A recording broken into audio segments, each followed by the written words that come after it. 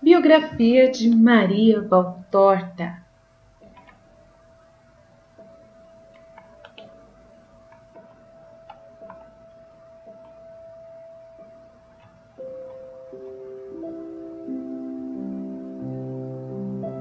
Maria Valtorta, filha única, nasceu a 14 de março de 1897, em Caserta, Itália.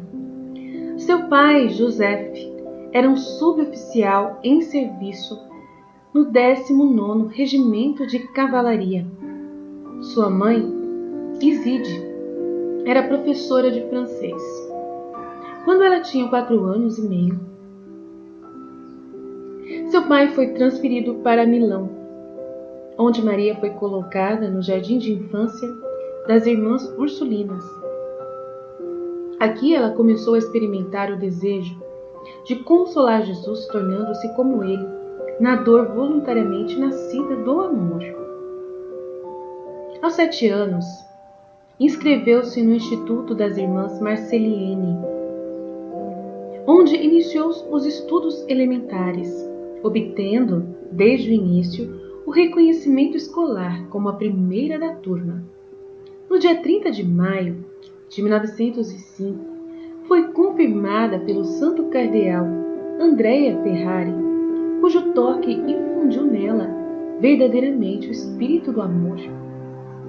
No dia da sua crisma, seu pai foi mais uma vez transferido para Voghera, onde Maria Valtorta frequentava escolas públicas.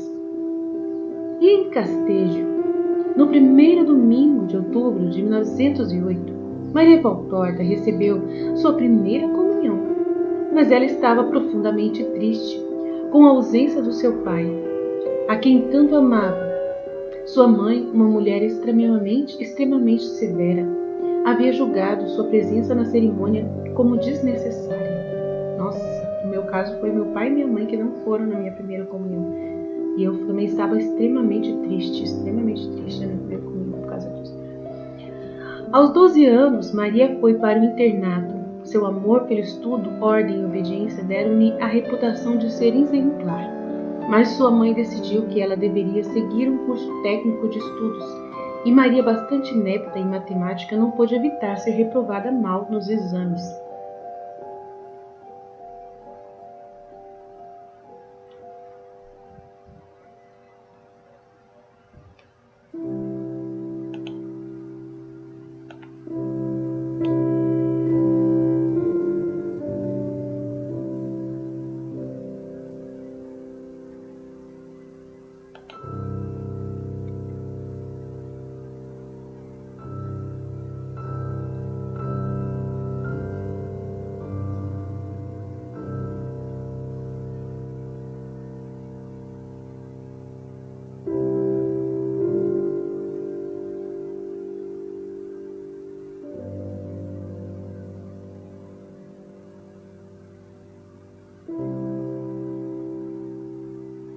Depois de 5 terríveis anos escolares e 4 anos solares, sua mãe decretou que ela deveria deixar a faculdade.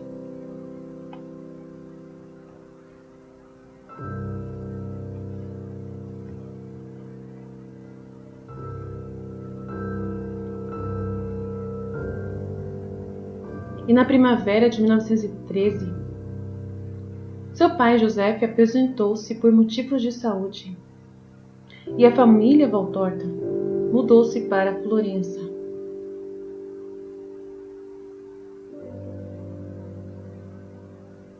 Onde Maria Valtorta conheceu Robert.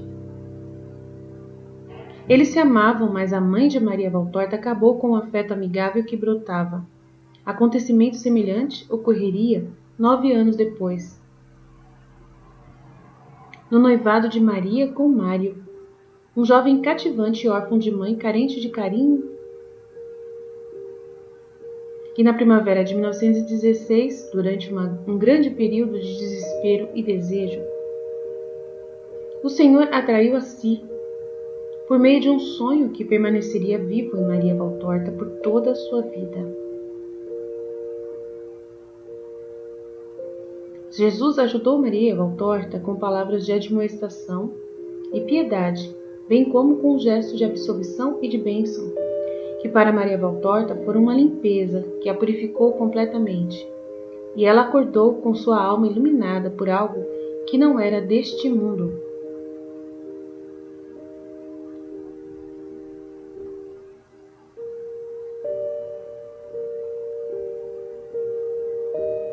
Jesus a separou do mundo. E em 1917, Maria Valtorta ainda ingressava nas fileiras das enfermeiras samaritanas durante 18 meses. Ofereceu seu serviço no Hospital Militar de Florença, tendo solicitado a designação com os soldados e não com os oficiais, para servir aqueles que estavam em linha de frente, os que mais sofriam, e não para flertar ou encontrar marido. No exercício desta caridade de Maria Valtorta, ela sentiu-se docemente obrigada a aproximar-se cada vez mais de Deus. A 17 de março de 1920, enquanto caminhava por uma rua, acompanhada pela mãe, foi atingida nas costas por um jovem delinquente, com uma barra de ferro que lhe arrancou da cama. Ela permaneceu então confinada à cama por 3 meses, apenas uma amostra do que seria a sua futura enfermidade completa como alma vítima.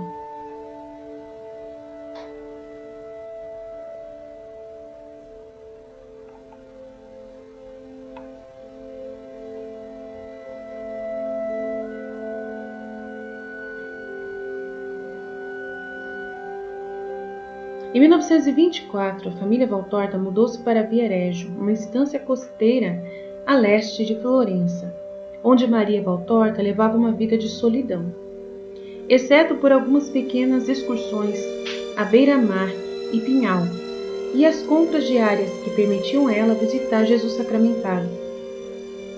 Atraída pelo exemplo de Santa Teresinha do Menino Jesus, cuja autobiografia, a história de uma alma, ela leu, Maria oferece-se também como vítima do amor misericordioso. Em 28 de janeiro de 1925, renovando a partir daí todos os dias este ato de oferenda.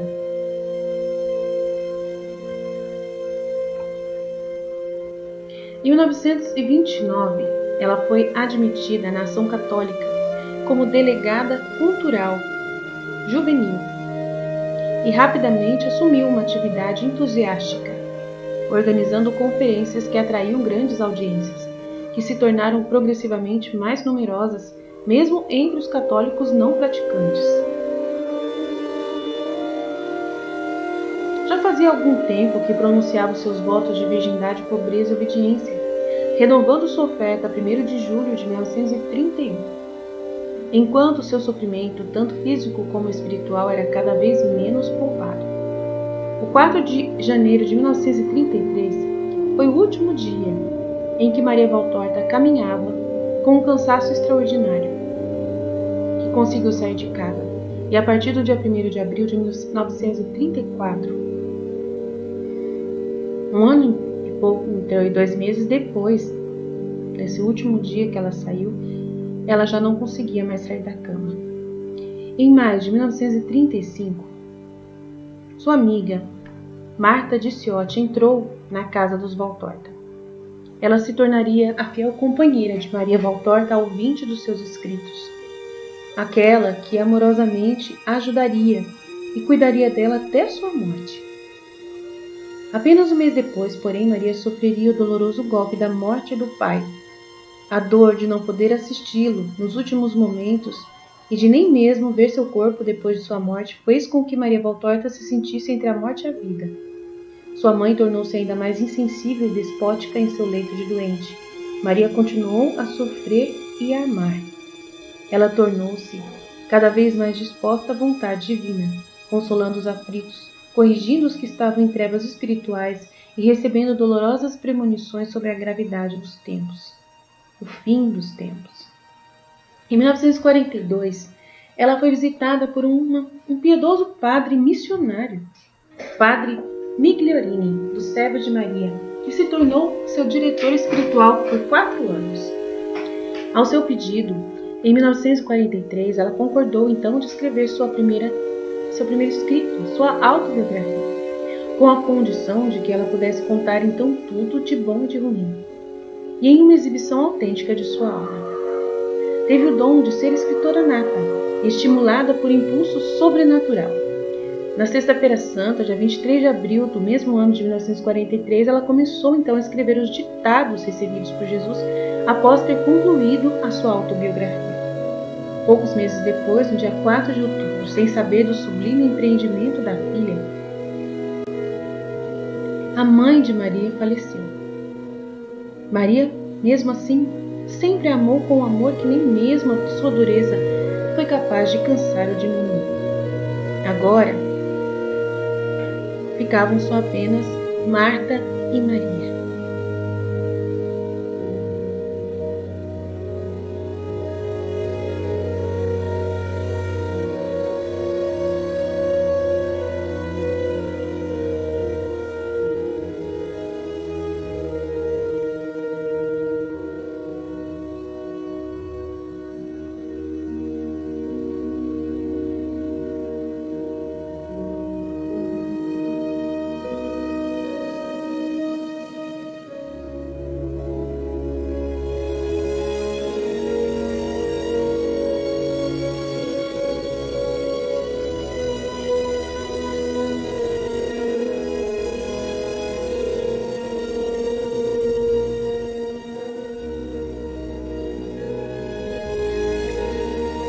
Sua atividade como escritora atingiu intensidade de 1943 a 1947 e continuou diminuindo progressivamente até 1953. Sua primeira grande tarefa de escrita foi a sua autoria de uma extensa autobiografia sob instruções do padre Migliorino. Um vislumbre de seu estilo de escrita, de sua vida de sofrimento e de seu compromisso com a participação na salvação de almas está contido na passagem a seguir, onde Maria explica como é capaz de compreender um sofrimento que vem diretamente de Deus. Em primeiro lugar, ela diz, a dor que vem de Deus, por mais dura e penetrante que seja, nunca está separada da paz. Este é um sinal que nunca falta, mesmo que às vezes pareça não estar presente, está. Assim que a alma olha para o seu fundo, e isso sempre ocorre, talvez por um instante, mas é suficiente. Ela vê que há uma grande paz em seu sofrimento. Paz não significa resignação, submissão, isso significa muito mais. Significa bem-aventurança, santidade. E a dor que vem de Deus é sempre acompanhada por uma bem-aventurança superespiritual. Por outro lado, a outra dor, aquela que vem do humano, da submissão, da escravidão, ou pior, dos domínios infernais, da vontade humana, e é sempre injusta e nos incomoda, mais ou menos. Vai nos fazer gritar, chorar, até praguejar às vezes, nos enlouquece e às vezes nos faz morrer, mas morreremos de doenças da carne. Enlouqueceremos devido à desordem mental. Amaldiçoaremos como resultado de uma convulsão moral e soluçaremos por fraqueza geral. É um inferno na terra. Mas a dor, aquela que vem de Deus e penetra o nosso espírito, não nos faz perder o controle. Não é inferno, pois ela nos eleva a uma paz, seriedade e caridade mais elevadas. Sofremos intensamente, muito intensamente. É uma fome insaciável que cresce a cada hora que nada pode saciar. É Deus. Deus quem quer, só Ele. E Ele se mantém sempre escondido, se afasta cada vez mais enquanto nós, com os braços do nosso desejo erguidos, agonizamos de amor, invocando. Quantas palavras se deve escrever para dizer o que vivemos a cada batida do coração?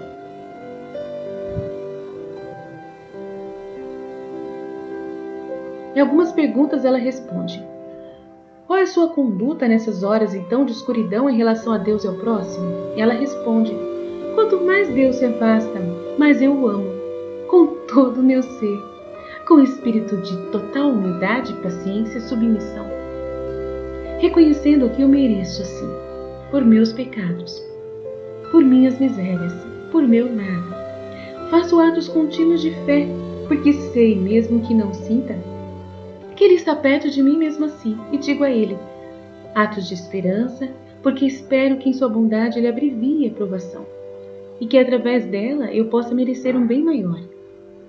Luzes maiores, atos de caridade, porque para instá-lo a voltar logo, digo-lhe que o amo a qualquer custo, mesmo no meio do sofrimento, e que o amaria mesmo que ele não se preocupasse nunca mais comigo.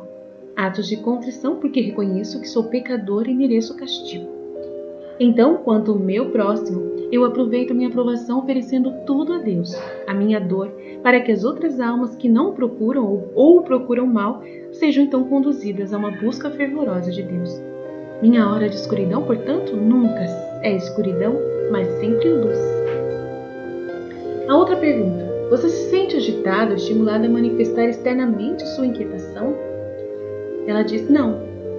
Eu fico inquieta, porque sou de carne e osso, além de possuir uma alma por conta do que posso aborrecer a carne. Mas eu nunca manifesto isso. Eu declarei e repito que a dor que vem de Deus é muito aguda, e é a única espécie que é realmente pura. É dor simples, perfeita como Deus, mas está sempre unida à paz. Onde é paz, não há agitação e inquietação. Nunca forço Deus a se mostrar com os meus acessos de raiva. Rogo-lhe que me conceda ver novamente o seu rosto, que é a alegria do Espírito. E então espero pacientemente aquele momento abençoado. Às vezes a dor dura algumas horas, às vezes vários dias.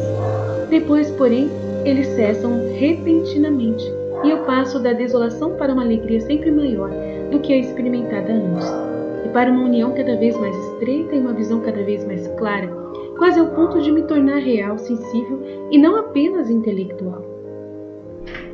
Outra pergunta: eles lhe parecem destinados a um fim especial para obter uma graça solicitada, por exemplo? Ela responde: creio que visam sempre um fim especial, um fim desejado por Deus para o seu pequeno hospedeiro, a quem ele me nega seu rosto, para me dar um beijo mais longo no céu, quando tudo acabou para mim lá embaixo, e estou mergulhada na luz da Santíssima Trindade que sempre amei e louvei na terra. Um fim desejado por mim, por alguma graça solicitada. Se eu não sofro, eu não obtenho essa graça. A oração nunca é suficiente. O sofrimento sempre é maior do que a oração. Quais são as torturas de todo um corpo doente em comparação à única hora de separação, de abandono por Deus? Sou eu mesmo que digo a Deus: faça-me sofrer para me conceder isto ou aquilo. Mas não para mim, está entendido. Renunciei completamente a tudo o que é para mim, aos meus desejos. Eu peço apenas vida eterna. Além disso, que o Senhor faça o que quiser de mim. Mas para os outros eu sou sim muito insistente e suplicante, e nunca sou satisfeita, especialmente quando peço luz para uma alma nas trevas. As trevas então se apoderam de mim para dar a luz a ela. Mas estou tão feliz de ser martirizada assim. E esses períodos de abandono são seguidos por uma luz maior nas coisas divinas? Pergunto. E ela responde: sempre. Depois da privação do meu sol Jesus, quando ele brilha sobre o meu espírito, me encontro envolta em um oceano de luz, tão brilhante que me dá uma vertigem celestial. É como a porta, se a porta da prisão tivesse aberta por uma mão compassiva, e se eu pudesse ver um feixe de raios de sol penetrando pela fresta.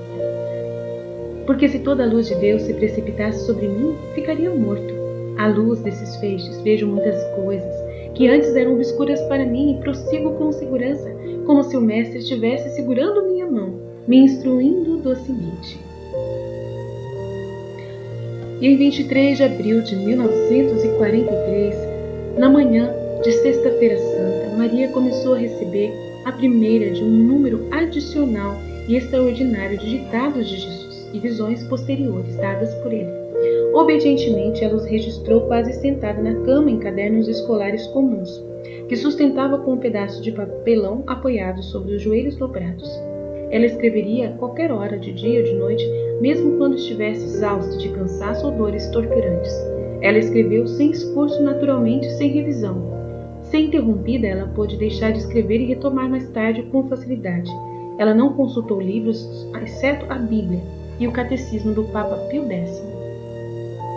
Em um dos ditados anteriores, Jesus explica a Maria os motivos pelos quais inspirou o padre Migliorini a pedir-lhe que escrevesse sua autobiografia. Jesus disse: Fiz isso porque sabia que faria bem a você. Ao escrevê-lo, você expulsou toda a amargura, todo o veneno, todo o fermento que a vida havia depositado em você. Você se purificou disso, você precisava contar a si mesma de novo tudo o que você sofreu e para contar a um coração cristão. Isso é o que mais consola enquanto vocês são seres humanos. Você precisava, por assim dizer, fazer alguma contabilidade espiritual para ver o que você deu a Deus e recebeu de Deus, o que você deu aos homens e recebeu dos homens. Tomados um por um, os aspectos da vida são muito negros e muito rosados, ou muito rosados, e as pessoas às vezes são levadas a errar ao avaliá-los. Quando estão todos alinhados, todos pontilhados, como em um mosaico, vê-se que a escuridão é necessário para que o rosado não pareça muito rosado. Vê-se que tudo se encaixa harmoniosamente no desígnio que a própria bondade deseja para você. E o que você deseja, que você recebeu da bondade é infinitamente mais do que você deu a Deus e ao seu vizinho. Então os atos de egoísmo, orgulho e rancor caem, e a alma se torna grata, humilde, caridosa e alcança o perdão completo. Oh, aqueles que perdoam, eles são a minha cópia mais próxima, pois perdoei a todos e continuo perdoando. Então o homem se torna espiritual. É por isso que eu queria que você, Maria Valtorta, e todas as pessoas partilhem as suas dolorosas provações e também suas alegrias. E passando por elas também, você sofre enquanto lembra e escreve, mas sua alma se despojou de tanta humanidade, o que impediu sua evolução de ser uma criatura muito humana para ser uma criatura espiritual. Você agiu como uma borboleta saindo de um casulo, a bainha que aprisionava seu espírito caiu como uma coisa morta, e sua alma abriu suas asas. Agora consegue mantê-los sempre abertos, para que fiquem bem altos e sob o raio de sol de Deus. Ouçam o eco e vejam o reflexo de tudo mais, que a única voz do teu coração seja a minha palavra, e a única vista o teu Jesus depois disso. Virei e haverá paz sem fim. Um desafio de sucesso de Jesus. Outro item inicial e muito significativo desses cadernos de 1943 de Valtorta lembrou de uma voz e uma visão que ela já tinha visto ou ouvido antes. Há 2 anos, pela primeira vez, percebi uma voz muda respondendo minhas perguntas na minha mente. Perguntas que faço a mim mesma quando medito sobre alguma coisa ou outra. Lembro-me claramente de seguindo-se uma discussão com meu primo, o espírita. Eu respondi com uma carta irrisória e pungente. 3 horas depois, enquanto ruminava o texto, que eu tinha escrito, já despachada, e me elogiava sobre ele, alegando razões humanas, e um tanto mais que humanas. Uau, ela é muito parecida comigo. Ela pensava que era ela que tinha escrito. Olha só, gente. Que loucura! E a aprovação da minha carta ígnea. Mas eu percebi que não era minha. Tinha uma voz. Não julgues. Você não pode saber de nada. Há coisas que eu permito, há outras que eu provoco. Olha, a mesma voz que apareceu na minha cabeça. Não julgues. Você não pode saber de nada. Há coisas que eu permito, há outras que eu provoco. E nenhuma é sem propósito. E nada é compreendido com justiça por vocês, seres humanos. Se eu sou juiz e salvador, considere quantos de meus servos foram classificados como possuídos porque falavam, repetindo palavras que emergiam de reinos misteriosos. Considere quantos outros, cujas vidas pareciam transpirar na mais devota observância da lei de Deus e de minha igreja, estão agora entre os condenados por mim. Não julgue. E não tenha medo, eu estou com você. Olha, tenha um instante de percepção de minha luz e você verá que a luz humana é mais intensa a escuridão em comparação com a minha luz. Nossa, ela ouviu a voz de Jesus dentro da cabeça dela e ela estava elogiando ela mesma pelo que ela escreveu, que ela falou que era, né, que não era dela, tá vendo? E ele falando, não é seu. Não é seu. Que coisa incrível, gente. Olha, muito parecido com o que eu passei. E eu vi que uma porta parecia estar se abrindo, uma grande porta de bronze pesada e alta. Girou nas dobradiças com o som de uma harpa. Não vi quem a abria devagarinho da fenda filtrada ali por uma luz tão intensa, tão radiante, então. Não há adjetivo para descrevê-la que me encheu do céu. A porta foi se abrindo e da fenda crescendo cada vez mais um rio de raios de ouro, de pérolas, de topázio, de diamantes e todas as joias transformadas em luz. Me envolveu completamente e me inundou. Compreendi naquela luz que devemos amar a todos, não julgar ninguém, perdoar tudo e viver somente por Deus. 2 anos se passaram, mas ainda vejo aquele brilho. Aí ela vê, eu não vejo, não tenho visão nenhuma, só ouço Jesus na minha cabeça. 17 meses depois, Maria fez uma pergunta a Jesus. Ora, em 1941, quando ocorreu o contato inicial com aquele homem, você, mestre, me disse, não julgue, ao longo dos séculos houve criaturas descritas como obcecadas que eram sagradas e vice-versa. Não julguem, não era para ela julgar o espírita, né? Não julguem, então. Falo onde e com quem eu quero. E posso falar até mesmo com aqueles que parecem menos dignos. Você me disse isso mais ou menos. Eu não tenho as palavras de sua luz aqui, que na época pensei que fossem apenas uma inspiração interior. Mas sei que essas foram aproximadamente suas palavras. É Jesus falando para ela não julgar o espírita. É que ela tinha mandado a carta e estava toda feliz pelo que ela tinha escrito, né, para poder defender, né, defender a Igreja Católica, eu acho, né, a doutrina católica. E Jesus respondeu: você não merecia mais, então. E ainda não era o momento de dar-lhe mais. Olha, você não merecia mais de Jesus. E ainda não era momento de dar-lhe mais. Você precisava vir para perdoar, para merecer ter-me como mestre, da maneira que você me tem. A partir disso, considere que mérito o perdão possui. Tá vendo, gente? Olha só, Jesus falou que ela não podia receber mais do que aquela luz lá. Ela tinha que perdoar as pessoas, amar muito as pessoas, tá vendo? O espírita, tá vendo? Quer receber contato de Jesus, quer ter a mística. Você tem que ser uma pessoa boa, que perdoa. Tá vendo? Tá vendo, gente? Presta atenção. Em 1941, você tinha muito trigo. Seu amor pela verdade, sua fidelidade a ela, você tinha muita boa vontade para me servir e levar a luz aos corações.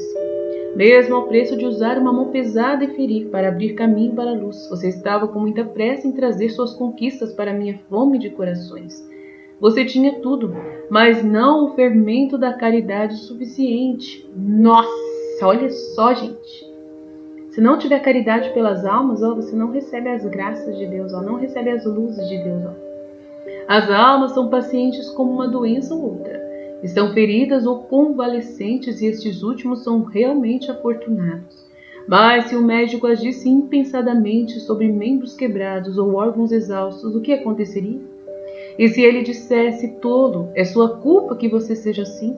Aceite, é bem feito para você, você é nojento? Como resultado, o pobre paciente, ou pessoa ferida ou convalescente, ficaria desmoralizado e, em ficando deprimido, não reagia. Sem ajuda, não conseguia consolidar a melhora. As feridas ficariam mais pútridas ou mais profundas porque não tinham sido tratadas por uma mão experiente ou tinham sido maltratadas por uma inexperiente. Nossa, olha que vem. Ele falando para ela da caridade, a necessidade da caridade para atender as almas, ou para cuidar das almas. As almas são pacientes com uma doença ou outra. Estão feridas ou estão convalescentes, né, se recuperando. E estes últimos são realmente afortunados. Mas se um médico, que é a pessoa que trabalha com a alma, agisse impensadamente sobre membros quebrados ou órgãos exaustos que estão em convalescente, o que aconteceria? E se ele dissesse, tolo, é sua própria culpa que você seja assim? Né? Se o médico dissesse para a pessoa que está convalescente, tolo, é sua própria culpa que você seja assim. Aceite, é bem feito para você, você é nojento. Olha só.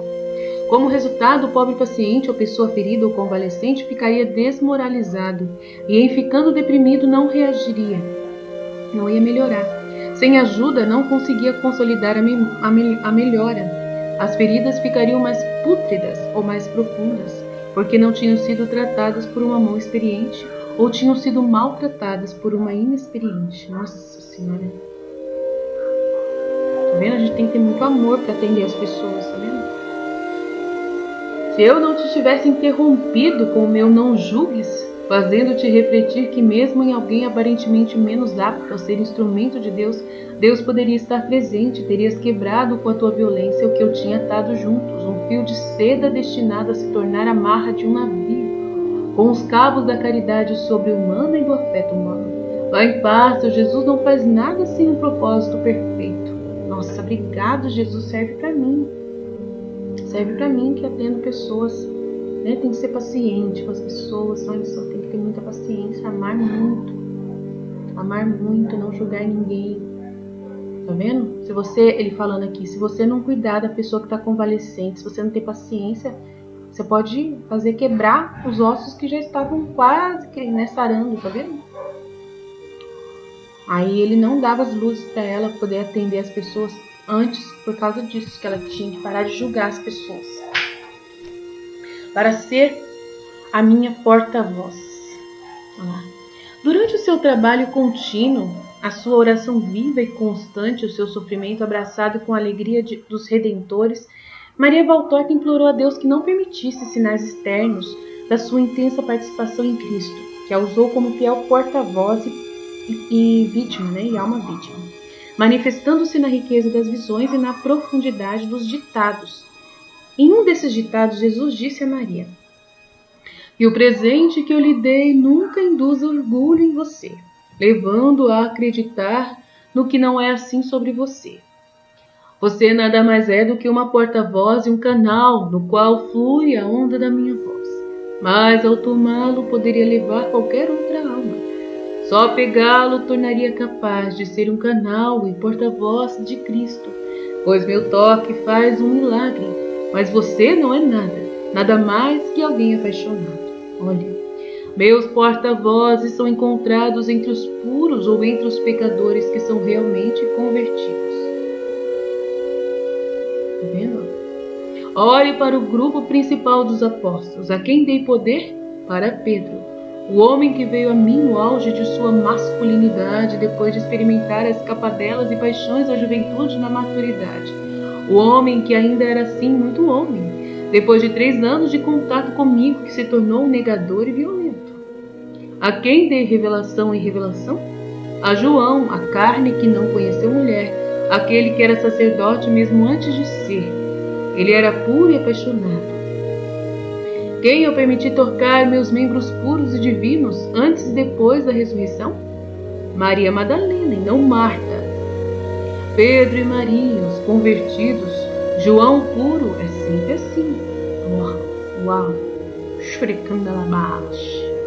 Mas a Pedro em quem o orgulho de si estava escondido. Mestre, mesmo que todos os outros te traiam, eu não te trairei. Eu não dei o que dei a João. E Pedro, um homem maduro e a cabeça do grupo principal, tive que pedir a João, um menino em comparação a ele, para me perguntar quem era o traidor. E foi a João que eu revelei as últimas vezes, não a Pedro, chefe da minha igreja. Falo onde quero, falo com quem quero, falo como quero. Não tenho limitações. A única limitação que não me limita, mas bloqueia a vinda da minha palavra é o orgulho e o pecado. É por isso que a minha palavra, que deve espalhar-se por toda a criação, desde as profundezas dos céus e instruir os corações daqueles marcados com meu sinal, encontram tão poucos canais em todas as classes de pessoas. O mundo católico, cristão ou de outras religiões é movido por 2 motores, orgulho e pecado. Como minha palavra pode entrar neste mecanismo árido, ser esmagado, ofendido por ele? Nossa. Sejam João e Maria, e vocês se tornarão a voz da voz. Arranque o pecado e o orgulho, cultive a caridade, a humildade, a pureza, a fé e o arrependimento. Elas são as plantas sob as quais um mestre se senta para instruir suas ovelhas. Ser meu porta-voz significa entrar em uma austeridade que nenhuma regra monástica vai impor. Minha presença impõe reserva sobrenatural, autodomínio, desapego das coisas, ardor espiritual, penitência rude, generosidade na dor e fé viva, como nada mais faz em um mundo. É um presente, mas é tirado se aquele a quem foi dado se desviar do espírito e se lembrar que é de carne e osso.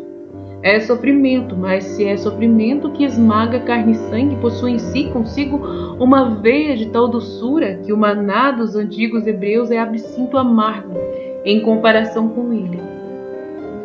É uma glória, mas não é a glória desta terra. E escreva então, no que é sobrenatural, nunca se deve ter medo.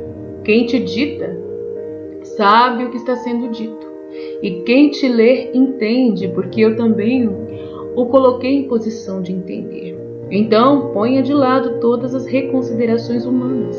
Lembre-se de que você é minha porta-voz, portanto, deve dizer o que eu lhe digo, sem refletir em termos humanos sobre a impressão que os outros possam ter dito.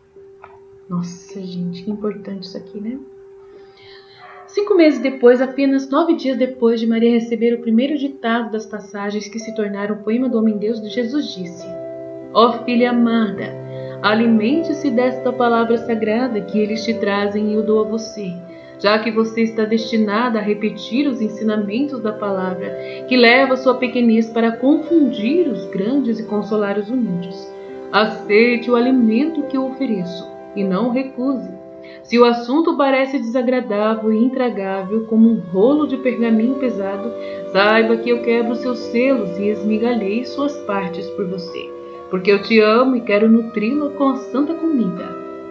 Abra o seu coração e satisfaça sua fome insaciável, pois o coração que conheceu a Deus está insaciavelmente faminto por ele. Meu velho e novo evangelho será o mais doce mel para o seu espírito.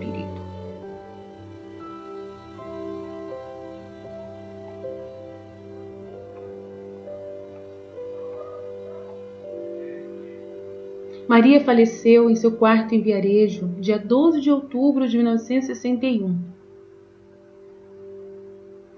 às 10h35, no seu ano de vida 65 anos de vida e 28 de enfermidade.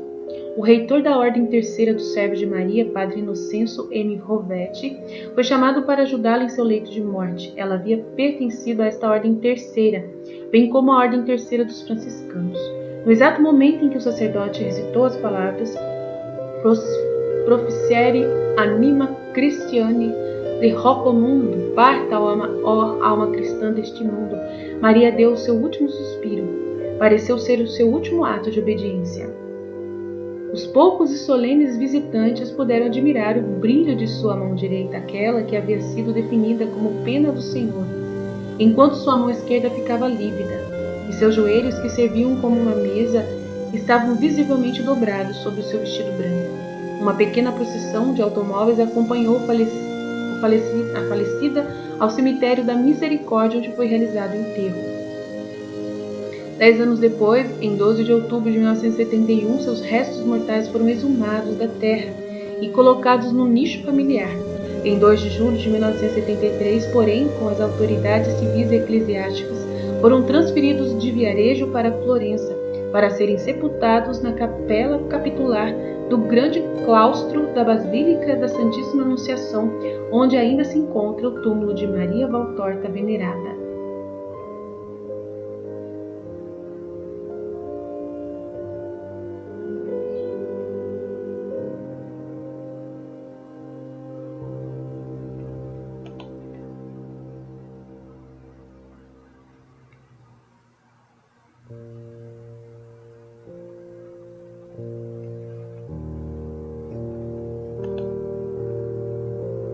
As primeiras edições dos escritos de Maria Valtorta começaram a ser publicadas sem seu nome.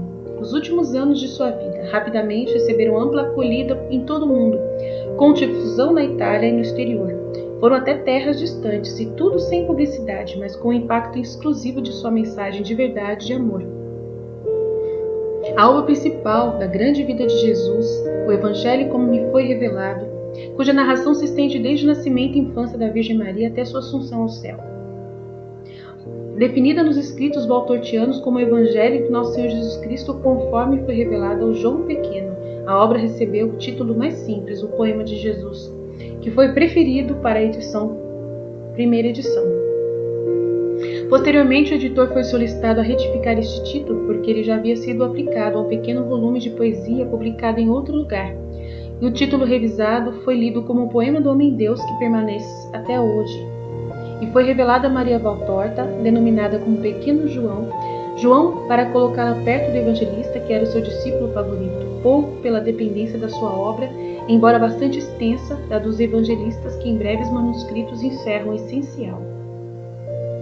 Em 28 de abril de 1946, Azarias, seu anjo da guarda, ditava este conselho para aqueles de nós que recebemos o dom dos escritos de Maria Valtorta. Para os negadores, os incertos ou os denegridores do milagre, você pode dizer: eu não sei quem ele é. Eu sei que fui um miserável e ele me curou na alma e no corpo. E você pode fazer particularmente a declaração luminosa do cego de nascença para aqueles que o censuravam, por ter recebido sua visão de um réprobo. Eu não sei se ele é um pecador, mas eu só sei disso, que eu era o cego e agora vejo. Desde que o mundo começou, nunca se falou de alguém abrir os olhos a um cego de nascença. Se aquele que me curou não fosse Deus, eu não poderia ter feito isso. Se é assim que você pode responder essas dúvidas insinuantes sobre a porta-voz, não sabemos quem ela é, só sabemos que ela curou nossos espíritos. Desde que o mundo começou, nunca se falou do demônio ter aberto os olhos de quem estava em pecado para a luz de Deus. Se aquele que nos curou não fosse um instrumento de Deus, suas páginas não teriam sido capazes de nos converter. Fide.